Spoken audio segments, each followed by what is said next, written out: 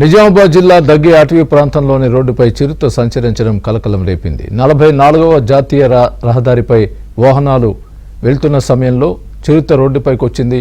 ఈ క్రమంలో చిరుతను ఓ కారు ఢీకొట్టింది. స్వల్ప గాయాల పాలైన చిరుత రోడ్డుపై ఉండగా వాహనదారులు వీడియో తీశారు. దీంతో అటువైపు వెళ్తున్న వాహనదారులు భయాందోళన చెందుతున్నారు.